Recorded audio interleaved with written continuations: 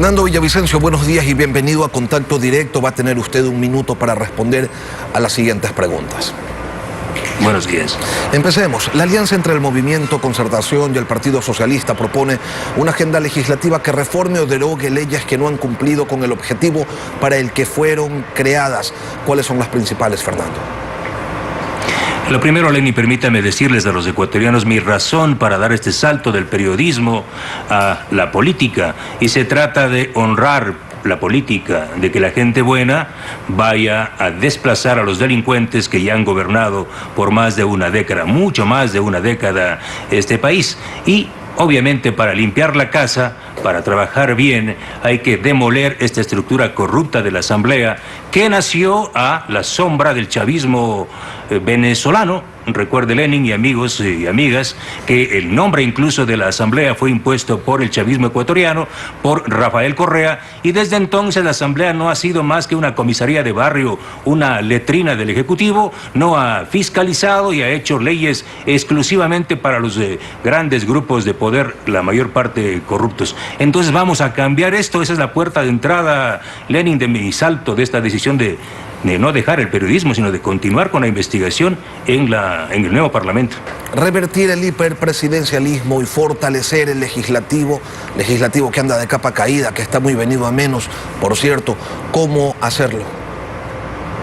Con una profunda reforma nosotros planteamos en el mediano plazo avanzar a un sistema bicameral, a un bicameralismo, con un Senado pequeño, no más de 30 senadores de altísimo nivel ético y académico, que sean los encargados de aprobar las leyes, fiscalizar, y un Congreso, una Cámara Baja de no más de 40 legisladores. Y lo importante, ¿cuál es lo importante? Que los senadores y congresistas cobrarán, si trabajan, cobrarán dietas. Reitero, Lenin, este país ha vivido más de una década de un hiperpresidencialismo que le ha significado prácticamente una dictadura. El propio Rafael Correa decía, suelto de huesos, que él era presidente del Estado ecuatoriano, de todas las funciones. Ahora los ecuatorianos deben estar tranquilos y un poco más seguros, porque van a tener un parlamento potente, poderoso y autónomo. Puede venir cualquier dictadorzuelo, cualquier corrupto de los que ya han pasado, y se van a enfrentar con un parlamento que va a defender los intereses de los ciudadanos. Este será un parlamento de los ciudadanos, Lenin. En el plan de trabajo se habla de impulsar el voto voluntario como parte de esta reforma estructural que ustedes plantean. Le pregunto, Fernando, ¿cree usted que existe el compromiso dentro de la sociedad ecuatoriana para acudir a las urnas voluntariamente? Tengamos como referencia, por ejemplo, que en las últimas elecciones presidenciales en Ecuador hubo un ausentismo del 18%, siendo obligatorio el acudir a votar. En Colombia, donde sí es voluntario, ha sido de 50% el ausentismo en las últimas elecciones, igual en Estados Unidos. Una democracia con una pistola en la cabeza no es democracia. Yo creo que el proceso de voto, que es lo más emblemático de una democracia, debe estar signado por el hecho consciente de los ciudadanos que desean ir a votar. Este es un proceso no inmediato, es un proceso que estamos planteando a mediano y largo plazo como parte de las grandes reformas que concebimos junto a la candidatura presidencial de nuestro compañero César Montúfar. Pero hay reformas trascendentales y aspectos centrales que llevamos a la Asamblea, Lenin, y que son importantes conocer, como es una profunda fiscalización al tema de la deuda externa. Creo que este tema es trascendental y sin duda yo lo planteo como una reingeniería total a la deuda y una fiscalización. Estamos hablando, Lenin, de 60.000 millones de dólares aproximadamente. El peso mayor de la economía ecuatoriana está asignado con la deuda externa y no podemos dejar. Yo tengo, y quiero anunciar, Lenin, tengo 19.635 documentos. Rafael Correa, antes de irse, pidió al Ministerio de Finanzas que le den un archivo con todos los documentos reservados de la deuda. Y yo tengo un backup de ese archivo que tiene Rafael Correa. Ahí está la información más importante que ni siquiera el Contralor del Estado ni la Fiscalía tienen sobre esto, sobre la deuda externa. ¿Y cuáles son las irregularidades que se habrían cometido en estos documentos que usted posee? Y ahí aparece un nombre que insiste con su firma en decenas de actas de los comités de deuda. Estos son los comités de deuda. Aquí aparece que el mayor endeudador, el que aprueba las líneas de crédito con la banca china, con la CAP, con el BID, y que ubica bonos soberanos con el 10%, es nada más y nada menos que Andrés Arauz en representación de Semplades. Aquí está la firma del señor Andrés Arauz, por ejemplo, suscribiendo y autorizando la línea de crédito para la compra del avión Falcon 7X que se dio la vuelta a Correa en 50 millones. Aquí está la línea de crédito aprobada por el señor Arauz y el señor Fausto Herrera para la adquisición, para la construcción del proyecto Daule Vinces, construido por Odebrecht, del que salieron los sobornos de Arroz Verde. Aquí está las líneas de crédito para la Ruta Viva, donde también la compañía Odebrecht entregó sobornos. Aquí está la línea de crédito para la construcción del metro de Quito, firmada por Andrés Arauz. Es decir, que Andrés Arauz, Lenin, es corresponsable de esta terrible deuda externa que no está dejando herencia a nuestros hijos y a los hijos de nuestros hijos, y tiene que ser fiscalizado por el nuevo Parlamento. Contraer deuda contraen todos los gobiernos, y hay muchos funcionarios involucrados en aquello, pero ¿cuáles son las irregularidades que usted ha podido advertir se pudieran haber cometido en estas contrataciones en particular? Mire, que esta deuda fue el telón de fondo para la corrupción. ¿Qué significa esto? Por ejemplo, proyectos corruptos como la repotenciación de la refinería de Esmeraldas, que debieron costar no más de 700 millones, le pasaron una factura de 2.200 millones y la refinería no funciona bien. ¿Quién definió ese proyecto como viable y sostenible? Fue Andrés Arauz, Pavel Muñoz, René Ramírez y los funcionarios del gobierno cuando eran parte de Semplades. Es decir, ellos como parte de Semplades definieron la sostenibilidad de ese proyecto, pero resulta que no fue sostenible y autorizaron en el comité de deuda las líneas de crédito para financiar ese y todos los proyectos babilónicos que hizo el correísmo. Es decir, esos tramos de deuda son tramos de deuda corrupta que deben ser fiscalizados, y yo lo voy a hacer, reitero, Lenin, el país se va a escandalizar cuando sepa el contenido de la información. Son 19.635 documentos, la mayor parte reservados y otros que ya desaparecieron del Ministerio de Finanzas. Lo tiene Rafael Correa. Y lo tengo yo ahora, un backup. Fernando, la dolarización, el tema de mantener o no la dolarización está en el centro del debate público. Hay quienes dicen sí, hay que mantenerla, otros que hablan de salir de ella de manera amigable. Usted hace algunos años también era de la línea de que había que salir ordenadamente de la dolarización. ¿Ha cambiado de criterio? Es importante esta pregunta porque hace 10 años exactamente Rafael Correa ya le alertó al país y aseguró cuando era presidente de la República que el camino era salir de la dolarización y que era irreversible. Pero estamos hablando de hace 10 años cuando el precio del petróleo estaba en $100. Y obviamente mi primera posición, eso no es lo que nos dicen los correístas, mi primera posición hace 10 años fue que había que sostener la dolarización.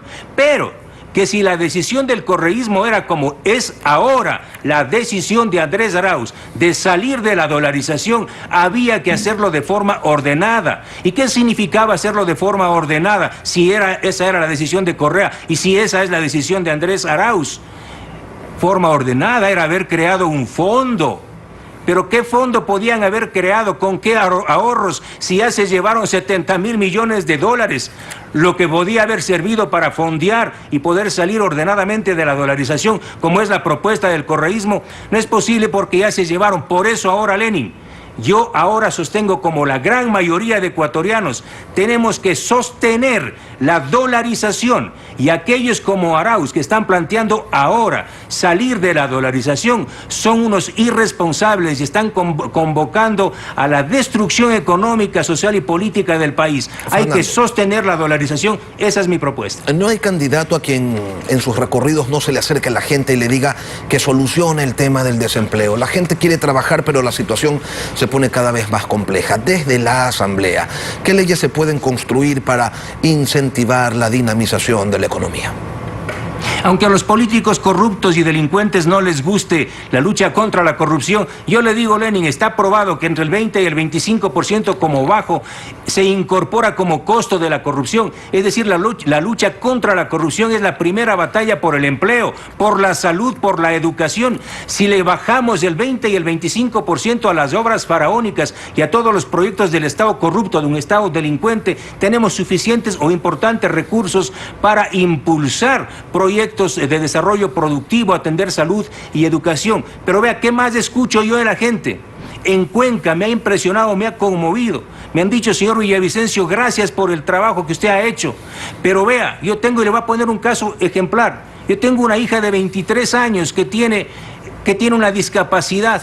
He peleado 20 años para que se le reconozca su vulnerabilidad. Y sin embargo, hasta el día de hoy, mi hija no tiene ninguna protección del Estado, mientras aquí en este país hay jueces con carnet de discapacidad y unos asambleístas que se hicieron los sordos hasta importarse un 4x4 y obtener incluso jubilaciones anticipadas. Este caso que es un acto delictivo de haber obtenido carnets de discapacidad en forma dolosa será investigado. Y lo otro, sí.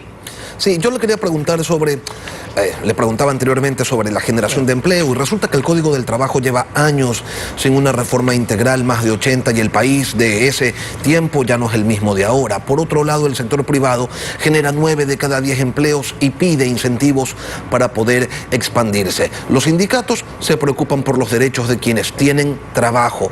Los desempleados no tienen a nadie que los represente. Ese es el escenario. ¿Cuáles son las soluciones que usted propone en concreto, Fernando, para de alguna manera contribuir a la generación de empleo aquí en el país? La pandemia ha demostrado que el aporte de las nuevas tecnologías al trabajo, a la salud, a todas las formas de vida, no puede ser excluida de todo proceso.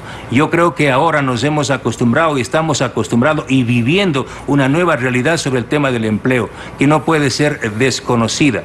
Yo, como todos, vamos a reconocer y reconocemos los derechos adquiridos de los trabajadores, pero creo que es hora de abrirnos a nuevas expresiones, ¿sí?, de acuerdos y de pactos entre los empresarios y los trabajadores. Se trata de, primeramente, impulsar un proceso productivo, recuperar la producción que se encuentra seriamente afectada y, reitero, respetando los derechos adquiridos de los trabajadores. ¿Estas nuevas expresiones incluyen el trabajo por horas, por ejemplo? Sin duda, yo creo que en la coyuntura actual es muy importante llegar a pactos y acuerdos entre el empresariado y los trabajadores, lo cual no debe significar, sin duda, la violación de los derechos laborales. Sin duda, estamos viviendo un nuevo tiempo. Usted decía hace un momento que buena parte de los recursos del país se van en corrupción y sobre eso a nadie le queda duda, pero crear nuevas leyes contra la corrupción o procesos de fiscalización son suficientes para reducir este problema a su mínima expresión. Se lo pregunto, Fernando, porque leyes hay y procesos de fiscalización como los que usted ha llevado adelante también se han desarrollado. Sin embargo, vemos que hay por allí, iba a decir 4 pillos, pero son bastante más de 4, que continúan robando y además no se recupera la plata. Mire, aquí lo que falta es voluntad política. Desde la Asamblea, si yo lo hice en el periodismo, solito, y usted sabe, Lenin, con 4 o 5 periodistas de investigación sacudimos este país y pusimos contra la pared a la mayor estructura criminal y hemos revelado el mayor despojo de la patria. Con un poquito de poder lo vamos y lo voy a hacer mucho mejor. El problema no es de leyes de lucha contra la corrupción, el tema es de voluntad política. Yo sé dónde está gran parte o una buena parte del dinero. Vamos a identificar la ruta del dinero. Y no necesitamos comisiones internacionales, lo vamos a hacer los ecuatorianos, la buena gente, la gente buena que va a desplazar a los delincuentes. Si los delincuentes están en la Asamblea, en el Congreso, si los delincuentes están en el Ejecutivo, si la delincuencia está tomada del poder, si el Estado mismo es un Estado delincuente, ¿quién va a perseguir a los capos?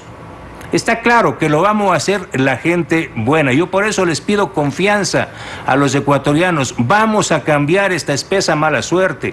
Vamos a escribir la victoria. Vamos a recuperar lo robado. Esta es una de las causas centrales de mi cruzada ética, Lenín. ¿Y al gobierno de Lenín Moreno lo va a fiscalizar también?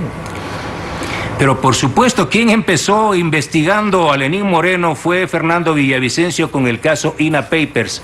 Hoy mismo existe nueva información que lo vamos a publicar en los próximos días en Periodismo de Investigación sobre la respuesta que dio el gobierno chino a la fiscalía. Es decir, ya no hay argumento alguno para no investigar uno de los casos claves de corrupción revelados por Fernando Villavicencio y Periodismo de Investigación, como es el caso INA Papers. Es decir, aquí estamos hablando de comisiones que superan los 20 millones de dólares que recibió el amigo del presidente Moreno. Me refiero a Conto Patiño Martínez por haber negociado el contrato de Coca-Cola Sinclair, una obra que no sirve. Esa obra y toda la trama INA Papers será investigada por Villavicencio, como también otro clamor popular, Lenin, que lo hago público. En las calles, ¿qué me dice la gente? Fernando, no podemos ser asaltados en las carreteras, no solo por los delincuentes comunes, sino también por este Estado delincuente. Me refiero a las multas de tránsito. No hay un solo ecuatoriano que no haya sido asaltado con las multas de tránsito. Yo voy a plantear una ley de condonación de las multas de tránsito. Fernando. Son millones de compatriotas que son extorsionados todos los días. Fernando, se nos termina el tiempo y finalmente quisiera que en un minuto, o si se puede en menos, le envíe usted un mensaje a los electores. Compatriotas, el Estado ha sido gobernado durante más de una década por mafias de derecha y de izquierda. Este es el tiempo de la gente buena. La gente buena como usted, que no ha sido parte de esta estructura criminal. Esta asamblea, que nació a imagen y semejanza del chavismo, de una dictadura criminal como la de Maduro, debe ser demolida. Yo les invito, vamos a demoler esta asamblea corrupta, vamos a levantar un parlamento de los ciudadanos. Este parlamento le puede decir a los ciudadanos que estén tranquilos, que aunque pretenda volver cualquier dictadorzuelo u otro capo de la mafia organizada, este parlamento ciudadano va a defender los grandes intereses de los ecuatorianos. Fernando Villavicencio. Y vote por la alianza 1751, ¿no? Faltaba más. Fernando Villavicencio, candidato asambleísta nacional por Concertación, Partido Socialista Ecuatoriano. Villavicencio tiene 57 años, es licenciado en Periodismo y Comunicación Social, trabajó como comunicador en Petroecuador y fue dirigente sindical. En política, estuvo en Pachacutic, integró la coordinadora de movimientos sociales, fue asesor de Cleber Jiménez cuando él era legislador. Intentó en el 2017 llegar a la asamblea por la alianza Creo Suma, pero su candidatura fue impugnada. Villavicencio ha desarrollado un sinnúmero de investigaciones periodísticas denunciando actos de corrupción cometidos desde el poder, lo que le ha significado persecuciones judiciales, sobre todo en tiempos de Rafael Correa. Quizás sus investigaciones más destacadas son aquellas que refieren a Julian Assange y también a Arroz Verde, que terminó con la sentencia de Rafael Correa y 19 exfuncionarios de su gobierno, exlegisladores y empresarios.